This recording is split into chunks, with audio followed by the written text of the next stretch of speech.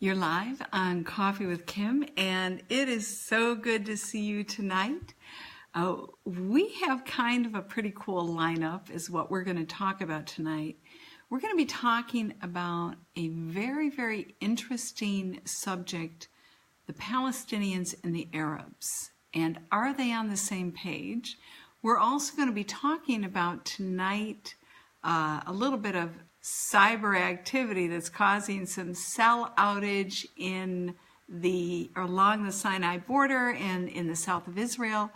And we're going to take a look at something that has really flared up a lot of politicians concerning AIPAC. So let's get started. Hi, how's everybody doing tonight? Mike, is that your granddaughter that is in the hospital? Let me know. I believe it is, and just so you know, we're praying for her. Anyways, good to have you. All right, Twyla and Joyce, great to see you. Now, let's start with the issue with the Palestinians. As you know, the Palestinians have backed out completely from the peace process that has been initiated under the Trump administration since the announcement that the United States is moving its embassy from Tel Aviv to Jerusalem.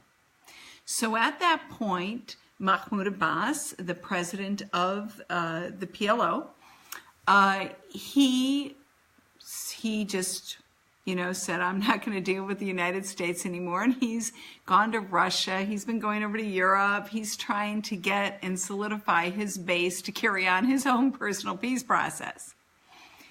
However, as we get closer to the peace plan that the Trump administration is working on, as we get closer to unveiling that, there is growing concern that on two fronts, the embassy front and on the peace plan front, that the Palestinians will not have the support of the Arab countries.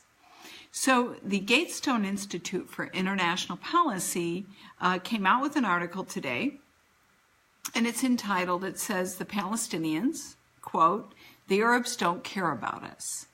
And it highlights three particular points, and one is the Palestinians appear to be the only ones in the Arab world who are coming out on a daily basis against the plan that no one has seen yet. And if you recall, President Trump said after the announcement that we were going to shift the embassy from Tel Aviv to Jerusalem, that the Palestinians should not make any rash decisions because they haven't seen the plan yet. And this doesn't mean, just because we're shifting the embassy does not mean that it's going to delegitimize them in the peace process. However, they took that as an affront because we were now claiming that Jerusalem is the capital of Israel.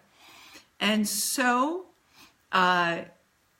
apart from the Palestinians, who are daily on it, like a nagging woman, anyways, the Arabs are not saying a thing. So that's the first concern. Secondly, this Arab apathy towards the Palestinians is the result of a long-standing belief in the Arab world that the Palestinians are an ungrateful people who do not hesitate to bite the hand that feeds them. Well, that's a very profound statement. I'm going to talk about that in just a minute. And the third point in this article is when Trump finally does announce his Middle East peace plan, the Palestinians will discover that they are alone in threatening to thwart it. So we see that really the Palestinians have backed themselves into their own isolated corner.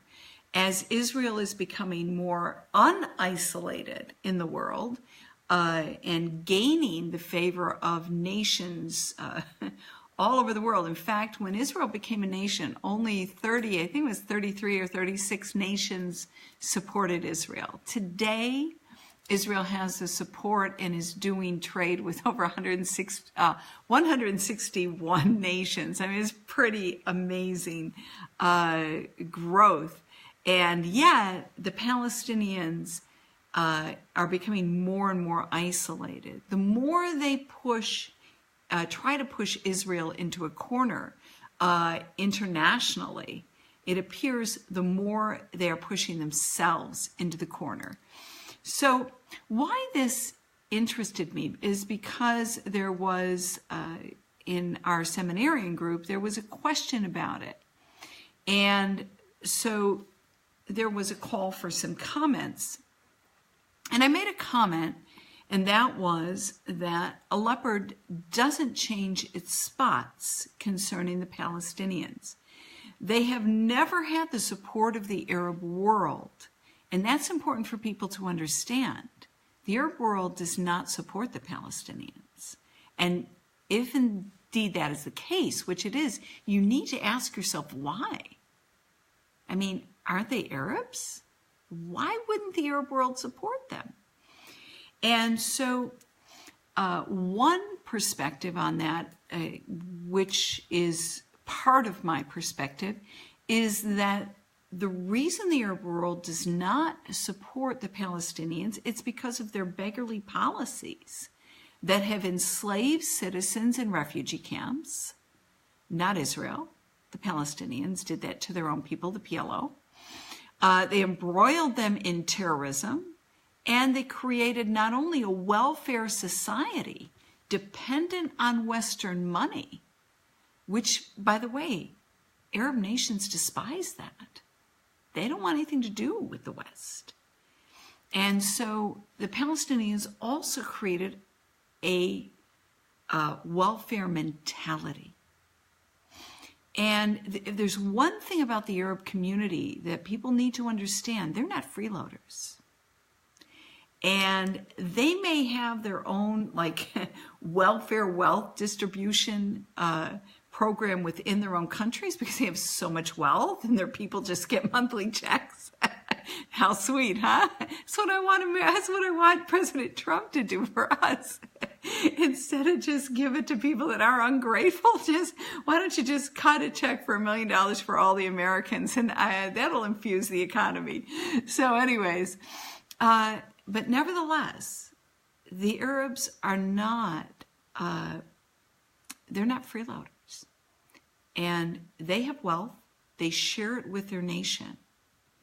And now that some of these countries like Saudi Arabia notice that the oil wealth is starting to diminish and could potentially, with a lot of the new environmental challenges, dry up, they are making some very significant changes. And this is what I want to share, is because another article came out today, and that is on the Saudis and how they are now calling for women to join the military. Shocking. And this, of course, is part of the Crown Prince's vision that I have discussed in the past called 2030. It's the 2030 vision. So if you're a Saudi woman with a high school diploma between the ages of 25 and 35, and you're at least 155 centimeters or 5'1" tall, all right, and in good physical condition, the Crown Prince may want you in the Saudi Arab Defense Force.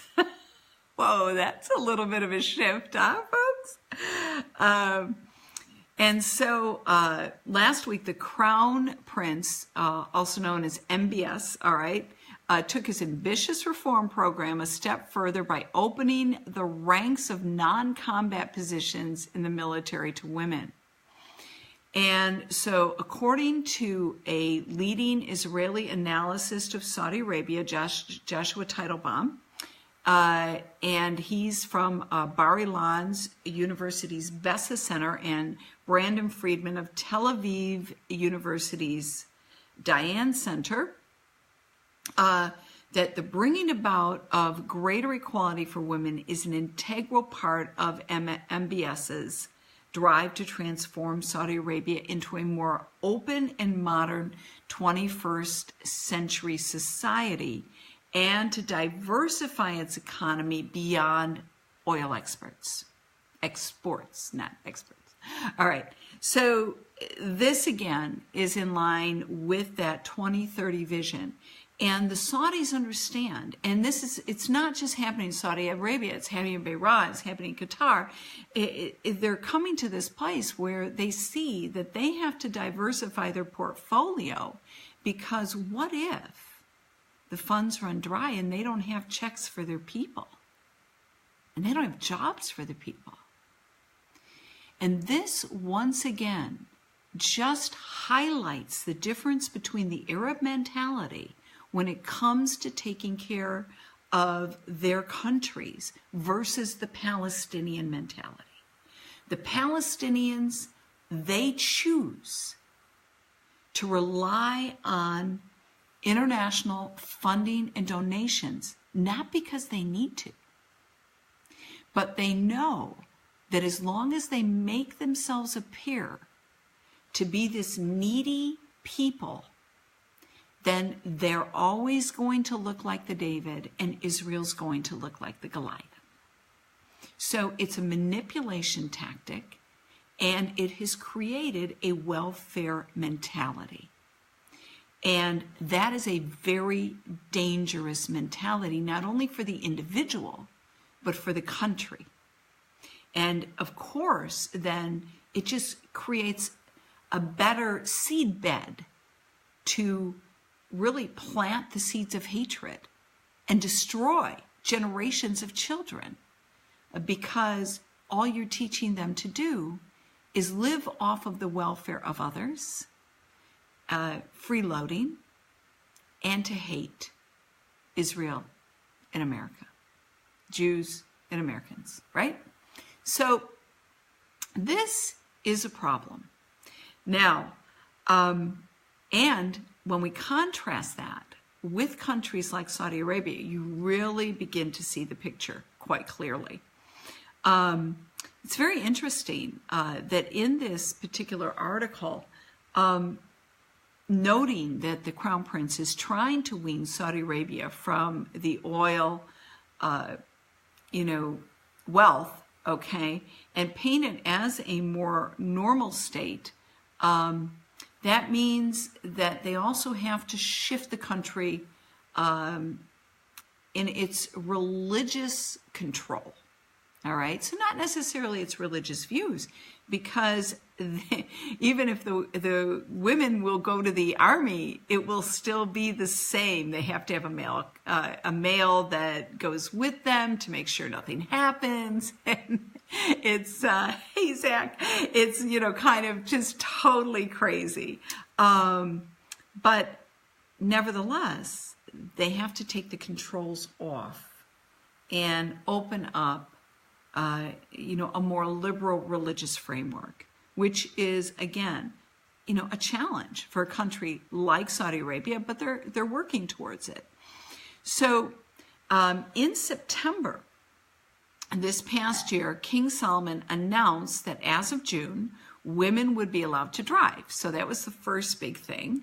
All right. And then in January, they were allowed to attend soccer matches for the first time. And this is pretty cool stuff.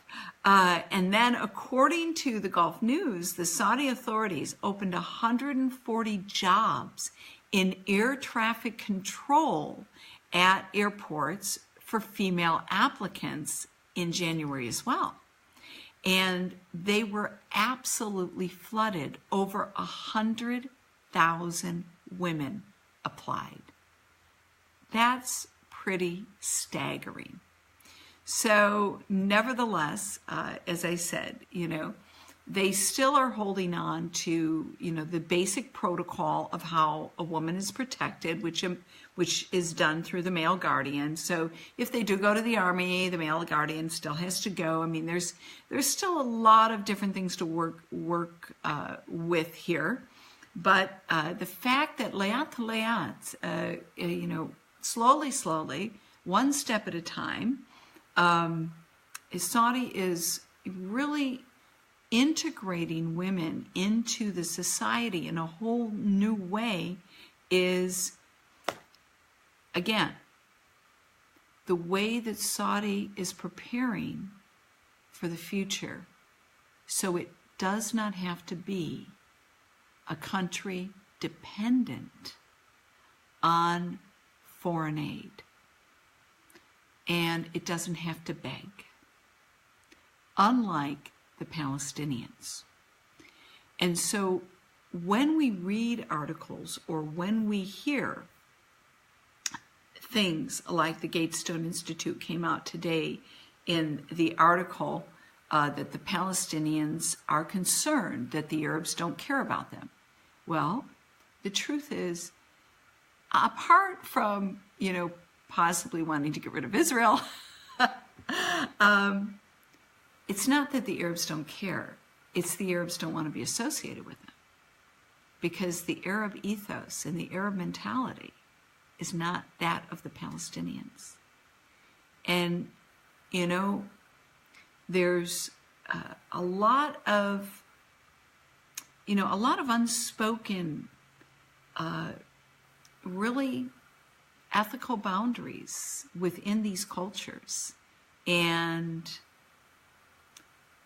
when it comes to the Palestinian plight, it is one mentality and one developed culture that the Arabs reject. So the Palestinians are going to have a hard time. They have backed themselves into a corner. And so we'll see how that develops in the future. But I thought you would enjoy seeing the contrast between the Palestinian mentality and how it's trying to gain and, really get the Arab nations, to agree with its position by backing out of that peace agreement and peace process and get the Arab world to come alongside it. And the Arab world is saying, no, we don't want it. You know what? This is your mess. And you've manipulated long enough. We don't want to go there. So, very interesting. I hope you found that interesting. All right, we'll go on to the next thing. So that is the Palestinians. Now, the next thing today that was interesting, again, in our seminary articles, seminarians with Dr. Norman Bailey, we were, I was posed with another very interesting question. We were, as a group, posed with this question. And I thought, I'm going to take some time to answer. I usually don't, but this caught my attention too when I was watching the different speakers and noting the platform of AIPAC. AIPAC is really, or attempts to be, a type of a bipartisan U.S.-Israel public affairs. It means, AIPAC, by the way, means American Israel Public Affairs Committee. All right, so it deals with U.S.-Israel policy from the perspective of the United States. And so I was kind of watching over their platform this year, and I noticed that it had a very strong progressive bent to it. Okay, there's some reasons for that. And I want to talk about that tonight. Because there was a question posed today, and I'll read to you that question. And it was, "Dear all, I venture cautiously into U.S.-Israel relations, as I know little of what I speak. However, I'd like to know on what mandate someone from AIPAC speaks for the Israeli government calling for a Palestinian state." So this was an expert in the area of a Middle Eastern expert, in Israel, and he just had this particular question, and then it was directly related to the comment that here. Let me just make sure. Yeah, Howard Core said, and he happens to be CEO of AIPAC, during his speech on Sunday night, I believe it was. So what did Howard Core say that would spark this question? And he said a lot of things. First, he talked extensively about the problem with Iran. Then he happened to sandwich in, like out of nowhere, no real context, that AIPAC stands behind a two-state solution. And he feels that the peace process is kind of derailed right now. We don't know what the Trump administration is going to bring out, but he also mentioned the fact that, it looks pretty hopeless right now. But as AIPAC, we stand behind the two-state solution. Well, there were several on the right in Israel that just went ballistic over that statement, and there were many that felt he was completely out of order because the two-state solution is not Israel's policy. And this is why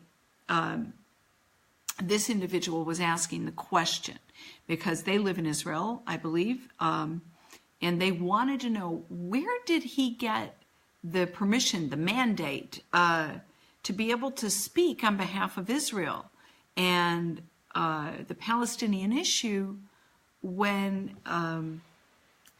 the government of Israel doesn't hold a two-state solution policy? Well, I thought long and hard about that, and I did quite a bit of research to answer that question.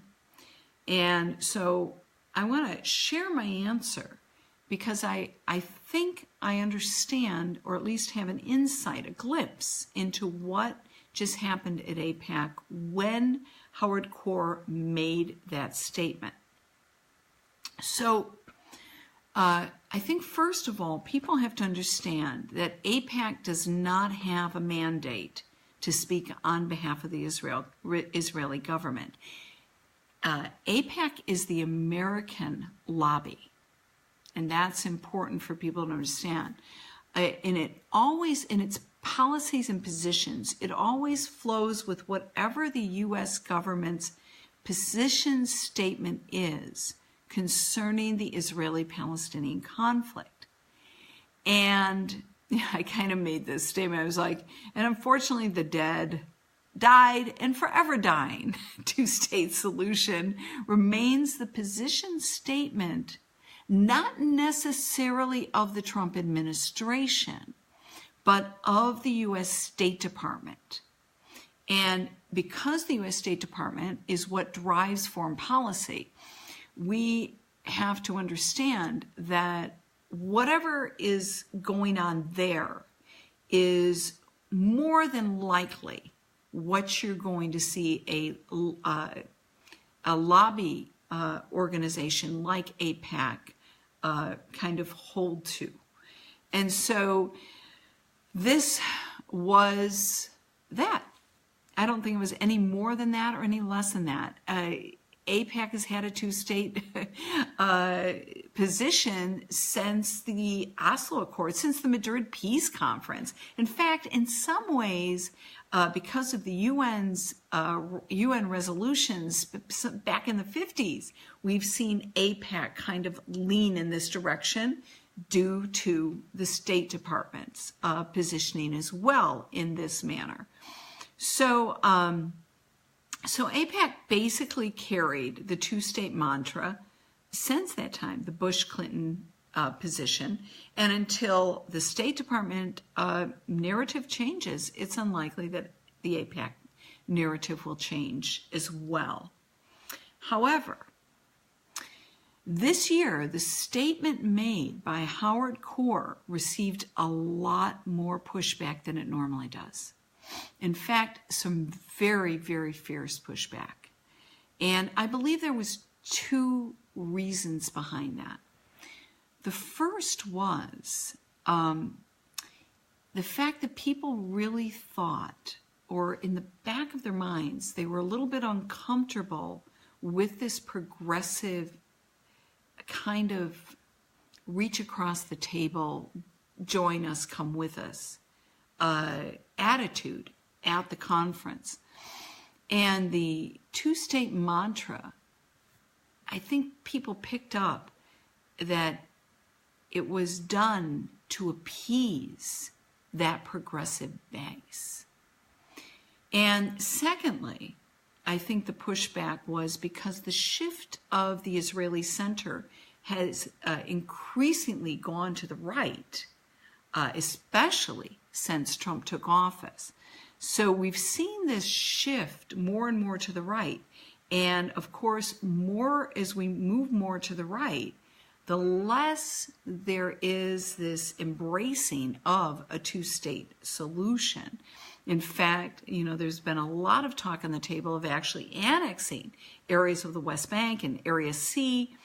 And if you couple that with Abbas's blatant subversion of any and all attempts for peace with Israel or with the U.S., just that blatant subversion, then any reference to the two-state solution really is almost seen now to be on the verge of heretical. Even though the prime minister may throw it around here and politicians may throw it around, it's really being viewed more and more as something that's dead, dying, and continually dying. All right. In other words, there needs to be other solutions.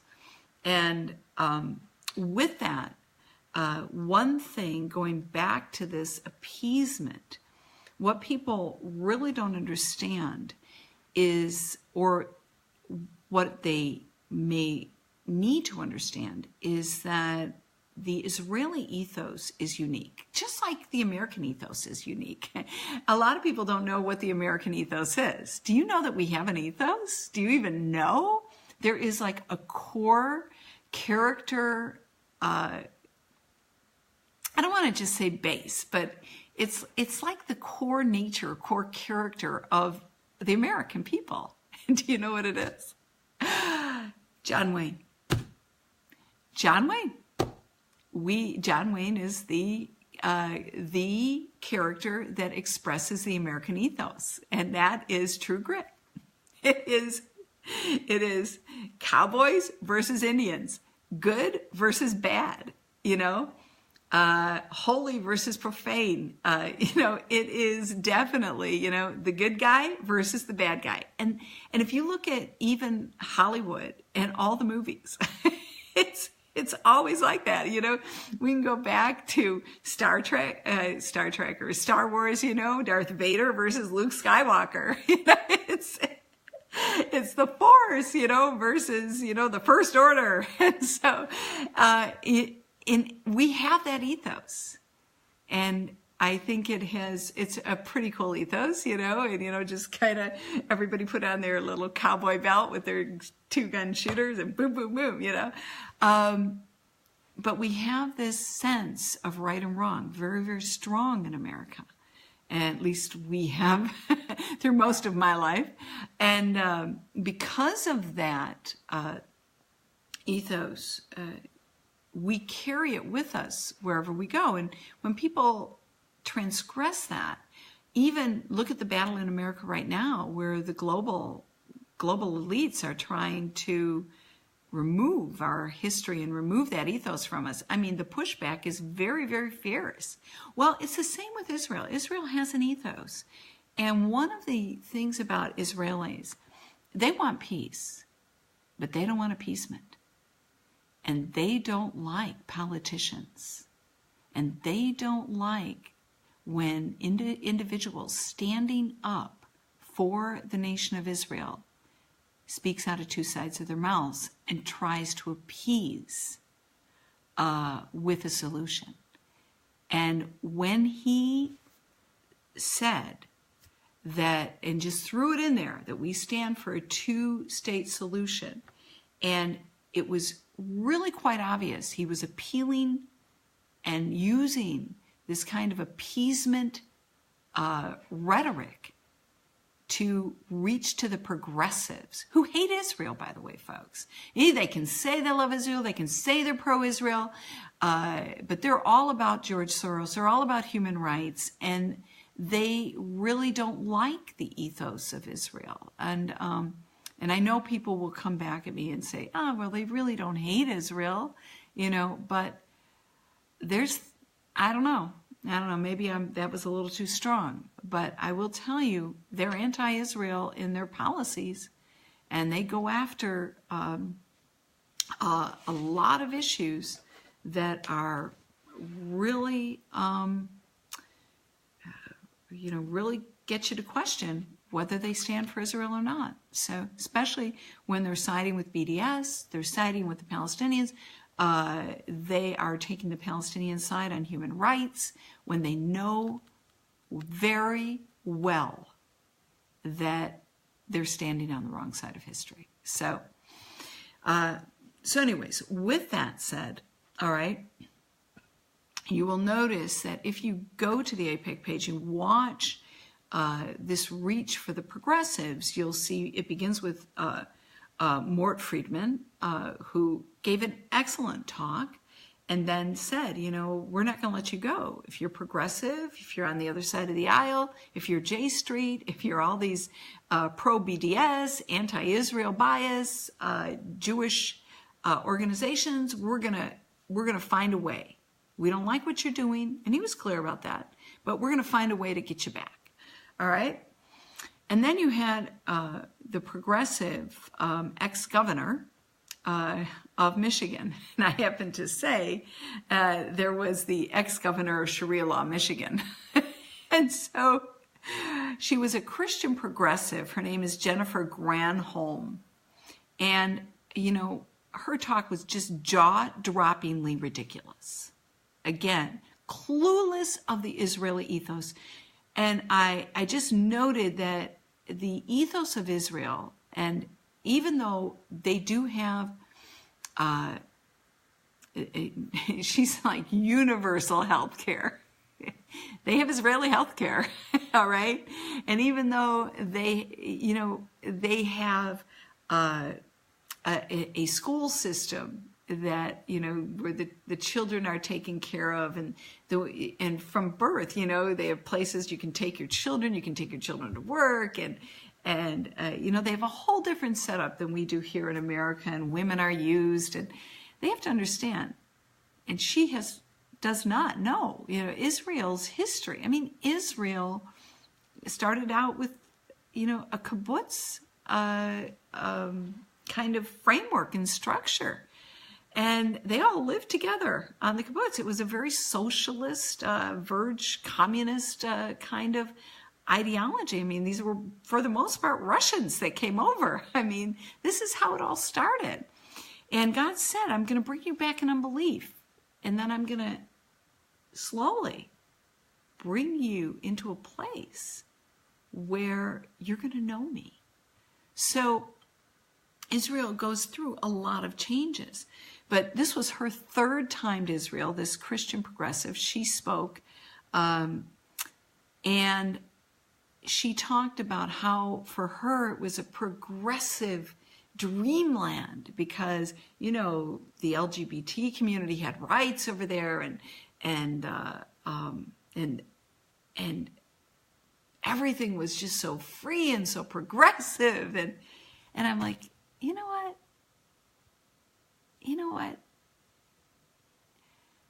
You have that in America.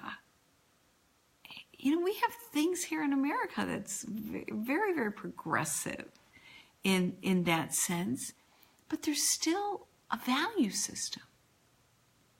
And the value system in Israel runs very deep, very deep. And so when people look at it just from this exterior and they don't know the ethos of the nation and how we really think over there, you really can get out of sorts. I kind of want to leave it like that for a minute, because with that, somebody actually came up with an article. It was on Mondoweiss. And I want to shift there before I just kind of talk out my head. All right. And they actually wrote an article, excellent article. It's called 9 Reasons Israel is Not a Progressive Paradise. And that's what she said. It's like a progressive paradise. I'm like, nope. What you're seeing is not the way it is. And so it's progressive in certain areas, but there's a whole lot more underneath the surface. And so this particular article goes through, and it says, first of all, the blockade of Gaza. The situation in Gaza represents the humanitarian crisis. The Israeli army has imposed a land, sea, and air blockade that has prevented the Palestinians from entering. So once again, under the blockade, there have been restrictions and prohibitions from basic supplies, from getting in such as pasta, cookies, powdered milk, shampoo. Absolutely, and we understand. That's because the Palestinian regime, I'll call them a regime, continues to abuse their powers and put their people into this kind of a crisis. But right there, it shows you that Israel has a very strong ethical undertow, that it is not going to tolerate terror. It's not going to tolerate evil. And so once again, unlike Europe, unlike the progressive paradise that these global elites live in, where everybody can live together and we'll just tolerate terror and we'll just tolerate evil, Israel does not think like that. It thinks day in and day out deterrence. How are we going to deter our enemy or enemies? All right? Far cry from the progressive paradise that is like this delusion that's sweeping the world here. Also, we find that once again, Israel continues to ensure that it is the majority there and not the minority. And so if it means segregating schools, if it means, really stopping the flow of Islamism. Now, Islamism is the cross between anti-Semitism and Islam. And that is a very dangerous combination. So when you think about that, all right, they have, they have a very strong ethical ethos, and they will stop you if indeed your idea, okay, crosses the boundaries of Israel's national security, Israel's vision, all right, which is to stretch out her hands to the world and help as many nations as possible, all right? So whenever you start to think progressive, and then you start to look at the boundaries that exist within even the way you take care of one another in Israel. You watch out for one another, all right? You just don't freely hand your children over to the enemy. You don't train them that way. You don't equip them that way. Even the material that they have and they're educated with, all right? Every aspect of Israel has a very, very specific ethics and value system. And so, anyways, with that said, she is, she's, called into question there with her progressive paradise meeting. Anyways, and of course, the Palestinians will also say very clearly that it's not a progressive paradise, and then they will begin to list all of their, and they have their huge list of all the reasons why Israel is not progressive, because, they look at Israel as the oppressor. So they also have their list. All right. So anyways, and that is the Mondaweiss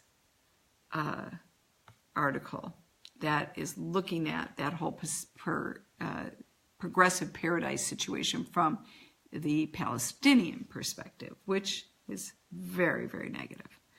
All right, so on that note, we will move on. So that was the, kind of the overview of the issue that was brought to my attention today when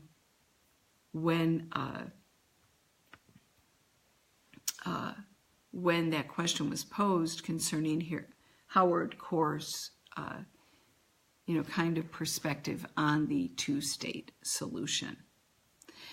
All right. Well, now let's move on to something else. Definitely move on to something else. Oh, yeah, what happens when you pull up an article? It's not what you think it's supposed to be. Ugh, it wasn't what I thought. All right, Egyptians, cyber warfare in the Sinai causing cell disruptions in South Israel. All right, the IDF says it's not surprised by the electronic warfare component of the military operation. However, it's causing all the warfare that is taking place now between Egypt and ISIL, which, of course, very frustrating. This whole situation never had to be happening, because even 2 years ago, we're like, guys, wake up. ISIL's on the border of Sinai. They're coming in. The Bedouins are bringing them in. Wake up, everybody. Okay, now they're getting woke up because ISIL's right there. And now the Egyptians are using electronic warfare, large scale, to take out ISIL. And it is disrupting, of course, all of the electronic grids in the south of Israel. They have these blackouts, they can't use their cell phones. And now even the Ashko Regional Council, which is down in the south in the Negev area, they are now threatening to sue the cell networks as disruptions continue into the second week, and they're calling them life-threatening. I'm not really sure what you can do about that problem, and I don't know if suing is going to help the problem, but the cell phone networks have been warned. So I am sure now they are going to have to come up with some solutions to really protect the cell phone networks against this kind of warfare that is taking place and it's in Egypt. It's along the Sinai and along the Sinai border down there. So, so that's kind of some very interesting, and so we will see, kind of follow up on that in a couple of days. Now, the last thing I want to talk about tonight is Alan Dershowitz and his recent visit to Qatar as a speaker on one of the Northwestern campuses in Doha. And that is interesting, something I did not know, that in Qatar, I have to always pronounce right, in Qatar, all right, there are several universities from America. They have what is called, let me see if I can, let's see if I can come down, yeah, right here.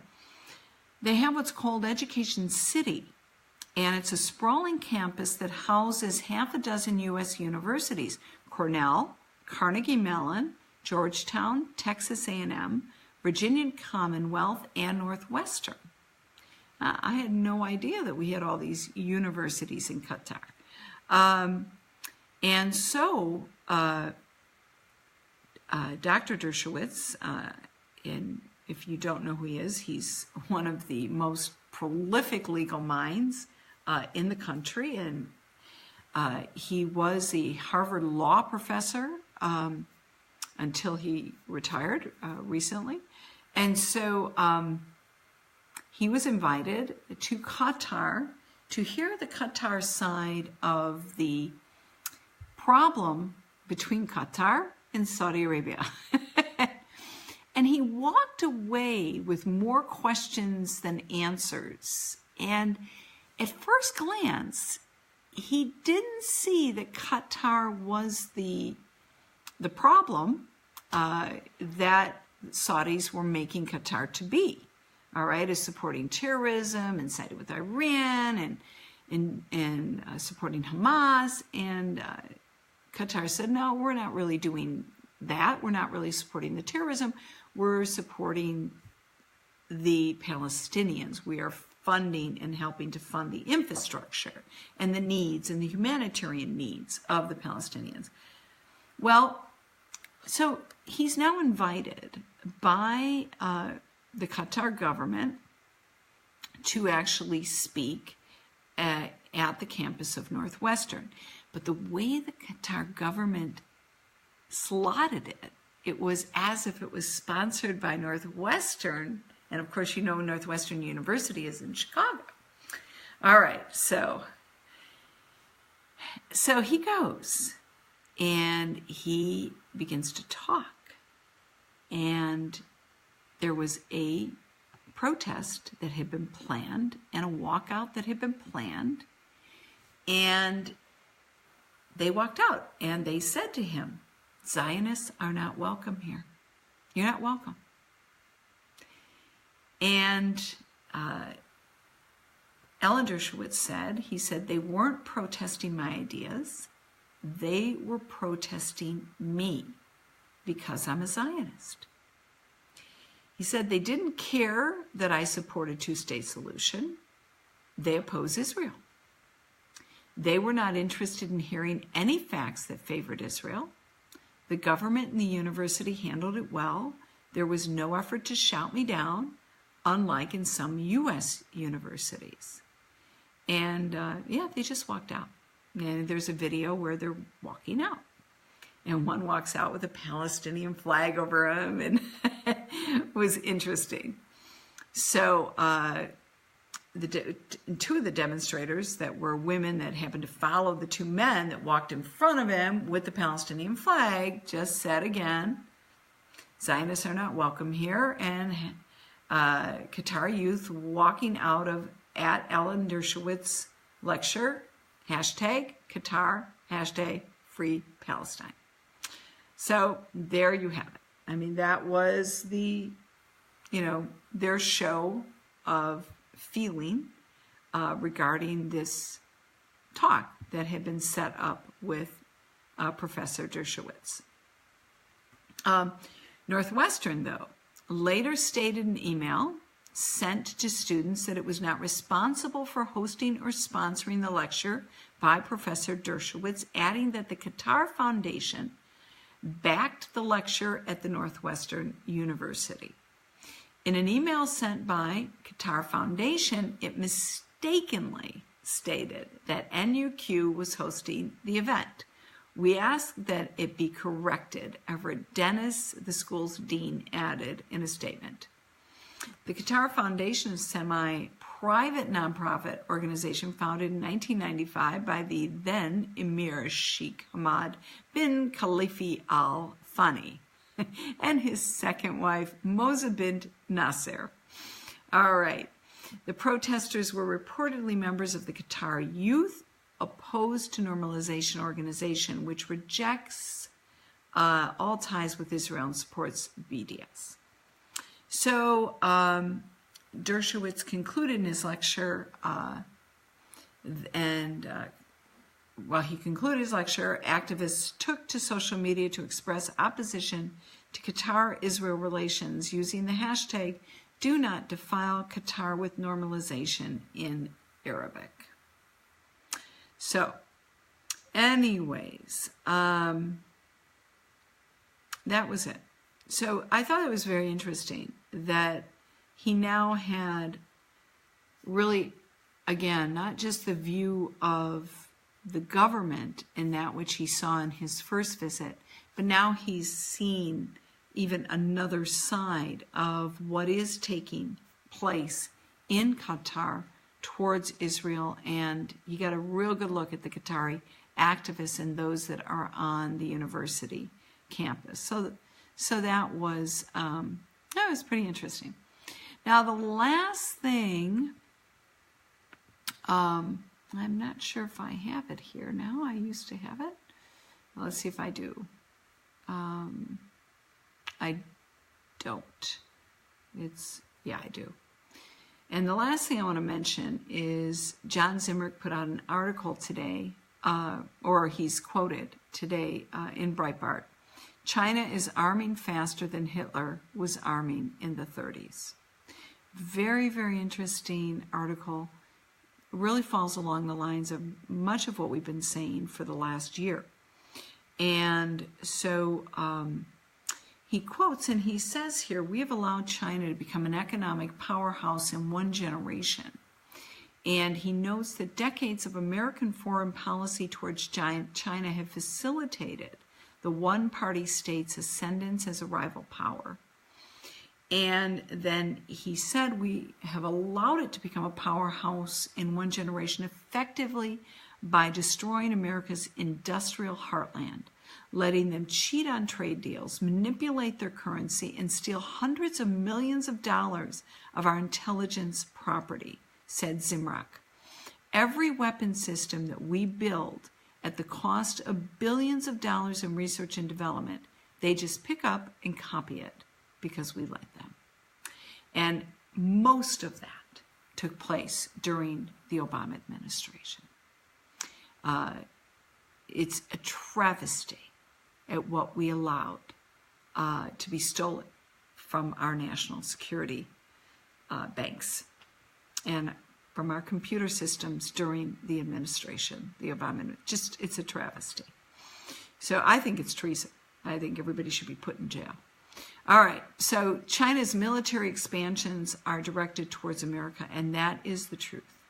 The United States is the R&D department for the Chinese People's Army, which is being built to counter no one but us. There is no threat to China but us. Japan is a pacifist and demilitarized. Russia has grown national products equal to the state of New York. India is not going to attack China. And China has no enemy but the United States, and yet it continues to increase its military budget by double digits every year. It's arming faster than Hitler was arming in the 30s, Zimrak said. So he went on to say, lastly, soon we won't be able to build defense computers without parts from China. We won't be able to build ships and tanks because they'll have our steel industry. I'm a free trader genuinely, but I would like to see Trump do tariffs targeted at China, not at specific industries, at China. China has not played fair for 50 years on these trade agreements, and it has devastated America. More importantly, it's building up dangerous foreign enemies. Now, this article goes on to talk a little bit about Russia, and it's quite a long article, so I'll stop there. However, I will say, one of the biggest concerns is, especially with the Chinese phones, is they have chips in them, tracking chips. Now, we know we have tracking chips and, our phones track, but these chips track data. And one of the concerns is if we use Chinese parts in our computers, is what they will slip into them so that they can steal our secrets. And that is a big concern. And so that article just came out a few weeks ago concerning their phones. So once again, this is where we're at, folks. This is the update. I know I'm catching you up for the last 2 weeks. Anyways, and going back, I just want to make a clarification, if you ever stay with it, regarding the progressive agenda and the article that I pulled up on 9 reasons Israel is not a progressive paradise. I just want you to know that I initially said this was a very interesting article, and it was already out there. However, I had not fully read that article, and I did not realize that that article, I just quickly had glanced over the first few paragraphs, and I did not realize that it was an anti-America, anti-Israel, anti-progressive in that fashion article written from a Palestinian news source. So that's why I was kind of, what do I say about this article? I thought it was going to be this great article supporting my views on these issues, and on the contrary, it was a very, very negative article towards Israel. So anyways, I'm not going to be posting that article, and I apologize for that. That's why I hemmed and I hawed. I'm like, what do I do with this? It isn't what I thought it was going to be. So anyways, I don't want to promote that.